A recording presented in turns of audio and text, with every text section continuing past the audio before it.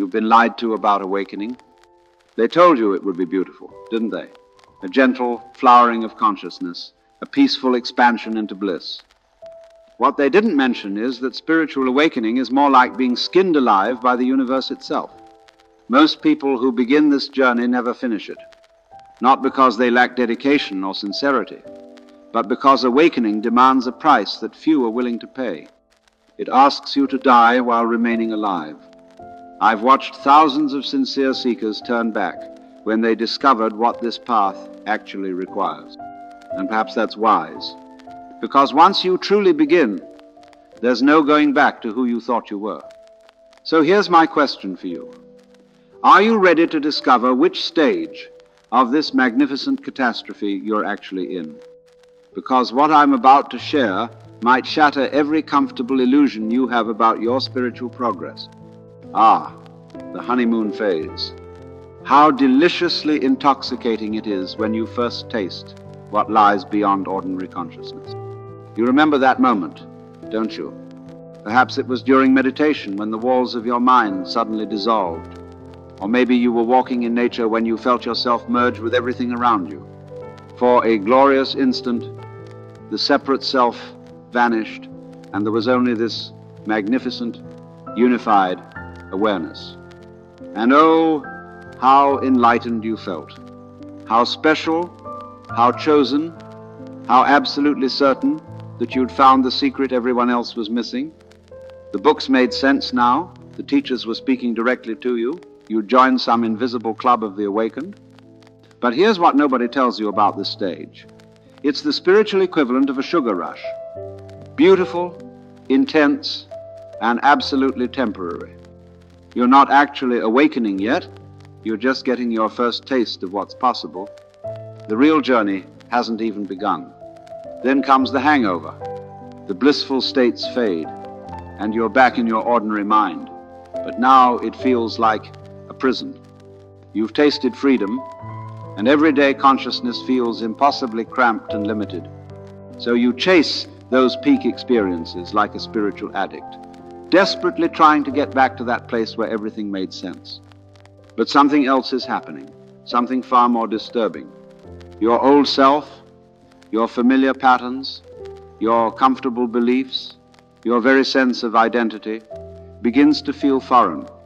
It's as if you're watching someone else live your life. And here's where most people panic, because transformation isn't just getting something new, it's losing everything old. Your ego, sensing mortal danger, fights back with everything it has. Suddenly you're flooded with doubt, fear, and an overwhelming urge to return to normal. This is just a phase, your mind whispers. You were perfectly fine before all this spiritual nonsense. Many listen to that voice and retreat. They convince themselves the awakening was just imagination, just wishful thinking. But you can't unsee what you've seen. Now comes the cruelest joke of all. Just when you commit fully to this path, just when you surrender everything you thought you were, the universe seems to abandon you completely. The mystics call it the dark night of the soul, but that phrase doesn't capture the raw terror of it. It's more like being thrown into an existential black hole where nothing, absolutely nothing, makes sense anymore. Your prayers feel hollow. Your meditation becomes torment. Even the memory of those beautiful peak experiences feels like a cruel joke. You begin to wonder if you've made a terrible mistake. Maybe awakening is just sophisticated self-deception. Maybe you're losing your mind. The darkness is so complete that you can't even remember why you started this journey. And here's the most maddening part. This isn't a temporary setback. This darkness can last months, even years. It's the soul's winter, and you can't think your way out of it. Most spiritual seekers break here. They run back to religion, to materialism, to anything that offers the illusion of solid ground. And who can blame them? The darkness demands a level of faith that borders on madness. But what if this dissolution is exactly what's supposed to happen? But the ego is far more cunning than we give it credit for. Just when it seems to be dying, it pulls off its greatest magic trick. It co-opts the awakening itself. Suddenly you emerge from the darkness with a new identity, the enlightened one. You've read all the books, mastered the terminology, and can speak eloquently about non-duality and consciousness. You see through other people's illusions with laser precision while remaining completely blind to your own. This is perhaps the most dangerous stage of all, because it feels so right. You're no longer seeking because you've found. You're no longer a student because you've become the teacher. Your ego has simply put on spiritual clothing and convinced you it's enlightenment. I've seen this happen to brilliant, sincere people who genuinely had profound experiences. But instead of remaining open and humble, they crystallized their insights into a new spiritual persona. They became prisoners of their own awakening. The telltale sign? You start judging others for being asleep while positioning yourself as awake. You create elaborate spiritual hierarchies with yourself conveniently at the top. The very compassion that awakening should bring gets replaced by subtle spiritual superiority. Real awakening dissolves the one who could be awakened. This stage just gives that one a makeover. And then comes the loneliness, the profound, aching isolation that nobody warned you about. Your old friends can't relate to you anymore. When they complain about their problems, you see the cosmic joke underlying their suffering, but you can't share that perspective without sounding condescending or insane. When they pursue their goals and ambitions, you watch with the detachment of someone observing children playing house. Your family thinks you've joined a cult or lost your grip on reality. You used to be so normal, they say, with a mixture of concern and disappointment. They want the old you back, the one who cared about the right things, worried about the proper concerns, shared their values and fears. But you can't go back. It would be like trying to believe in Santa Claus again. The ordinary world now feels like an elaborate theater where everyone has agreed to take the performance seriously, and you're the only one who can see it's just a play. Yet you haven't found your new tribe either. Most spiritual communities are still trapped in still playing elaborate games of spiritual materialism. You find yourself homeless between worlds, no longer belonging to consensus reality, but not yet established in whatever comes after. This exile can drive people to despair or back into the familiar prison of ordinary consciousness. The price of seeing clearly is often standing alone. In this loneliness, you become particularly vulnerable to a seductive trap, the perfect teacher. Someone appears who seems to have exactly what you're looking for. They speak with authority about the stages you've experienced, offer explanations for your confusion, and promise to guide you to the final destination. After feeling so lost, such clarity feels like salvation itself. But here's the cruel irony. The moment you make anyone else your spiritual authority, you've stopped awakening. You've simply transferred the seeking from one object to another. Instead of seeking enlightenment, you're now seeking the teacher's approval. Instead of trusting your own deepest knowing, you're trusting their interpretation of your experience. I've watched brilliant seekers become spiritual slaves, surrendering their own intelligence to follow someone else's map. They develop what I call guru addiction, that desperate need for external validation of their inner journey. The most sophisticated teachers know this and create elaborate systems to keep you dependent. There's always another level to reach, another transmission to receive, another teaching to master. Your awakening becomes their business model. True teachers point you back to yourself and then get out of the way. They make themselves unnecessary, not indispensable. But such teachers are rare because they threaten the entire spiritual marketplace. Then comes the most terrifying stage of all, the complete collapse of meaning itself. It's not just that your old life doesn't matter anymore. It's that nothing matters. Love, purpose, beauty, suffering, joy, all of it becomes equally empty, equally meaningless. You don't just lose your beliefs, you lose the very capacity to believe in anything. This isn't depression, though it may look like it to outside observers. Depression still cares. It cares about the pain, the loss, the hopelessness. This is something far more profound. The death of the one who could care about anything. You might find yourself staring at a sunset with complete indifference, or watching loved ones suffer without feeling compelled to help. It's not that you've become cruel. Cruelty requires caring enough to cause harm. You've simply fallen through the bottom of human experience into a vast, empty neutrality. This is where many seekers break completely.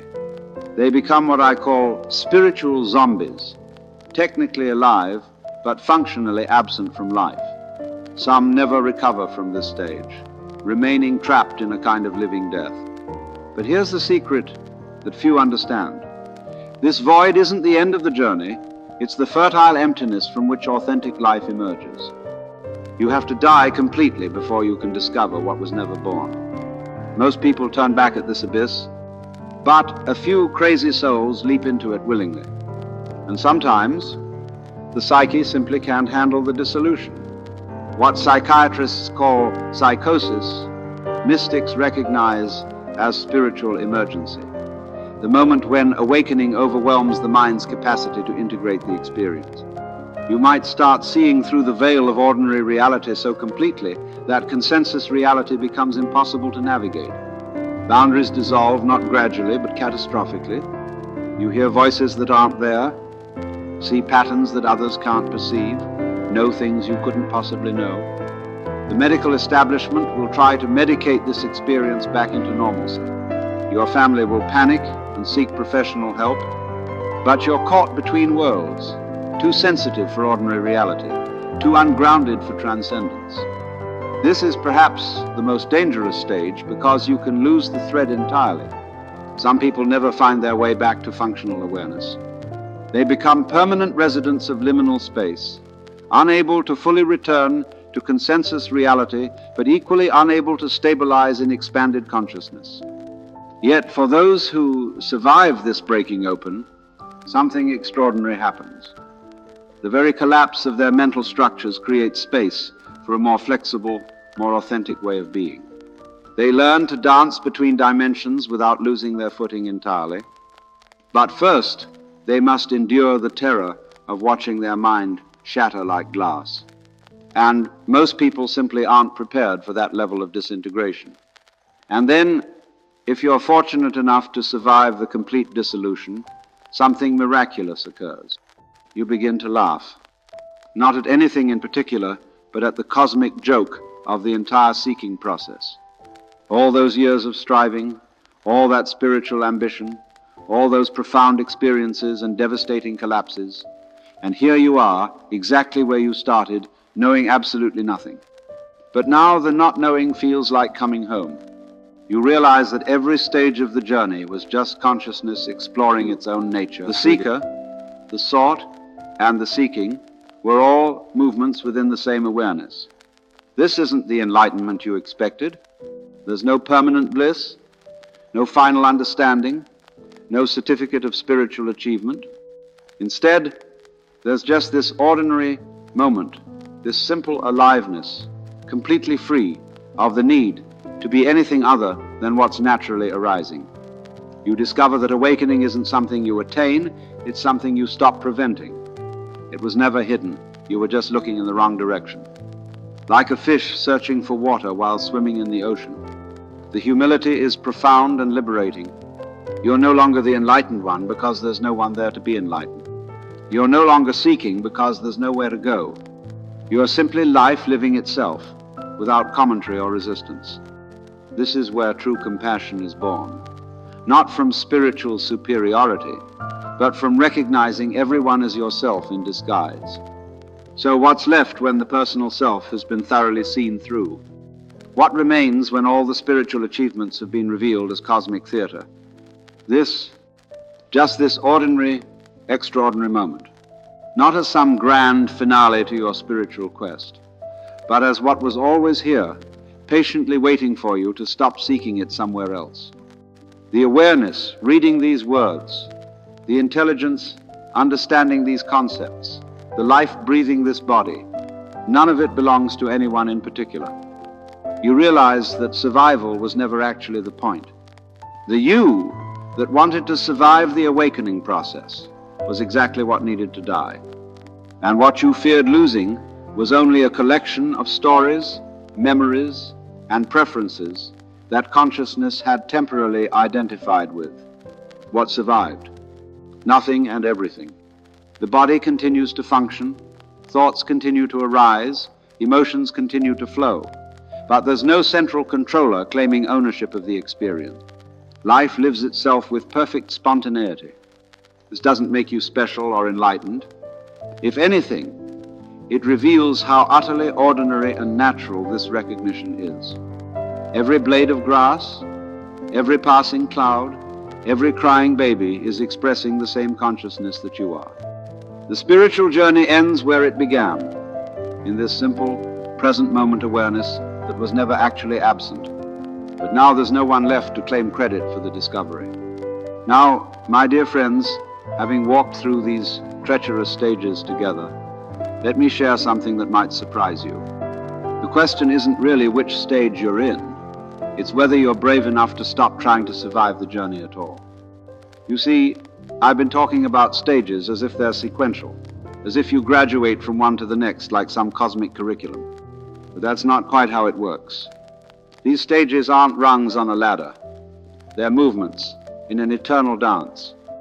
You might taste the void on Monday, slip into spiritual ego on Tuesday, and find yourself in the dark night again by Wednesday.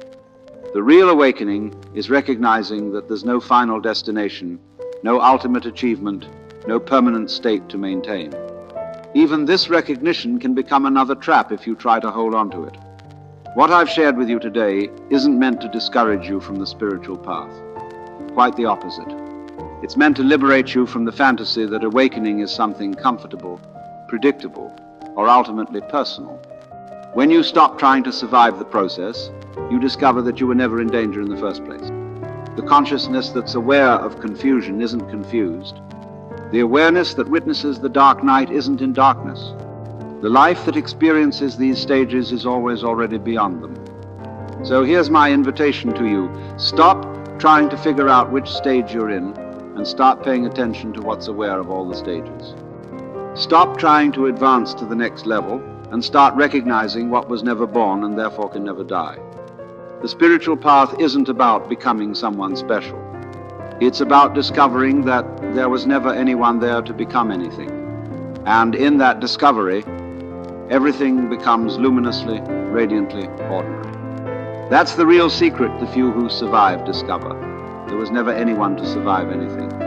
There's just this eternal, intelligent, playful consciousness wearing billions of temporary costumes, pretending to be lost so it can enjoy the adventure of finding itself again and again. And you, my friend, are that consciousness right now, reading these words, perhaps recognizing yourself in this mirror I've held up, not as achievement, not as attainment, but as the most natural thing in the world. Welcome home. You never actually left.